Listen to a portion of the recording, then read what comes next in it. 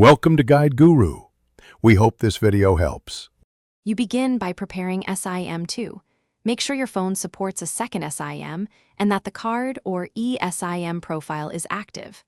Once the physical or virtual SIM is in place, restart the device to let the modem register with the network.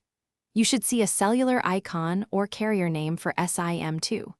If not, open Settings, go to Cellular or Network, and select SIM2. We'll set data and APN next to route internet traffic correctly through this line.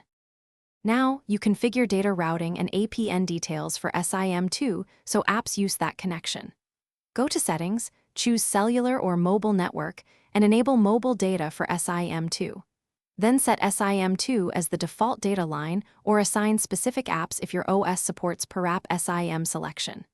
Next, open access point names, create or edit the SIM2 APN with the carrier values, appn, username, password, and MCC/MNC if needed.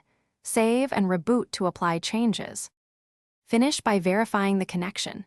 Open a browser or run a speed test to confirm traffic flows through SIM2. If pages don't load, toggle airplane mode for 5-10 seconds or restart the phone to force re-registration. Make sure mobile data is still assigned to SIM2 and data roaming is enabled if you're abroad. One key troubleshooting tip. If you still lack internet, reset the APN to defaults and re-enter carrier values, or contact the carrier to ensure the data plan is active and not blocked. Thanks for watching. Consider subscribing if we helped you today.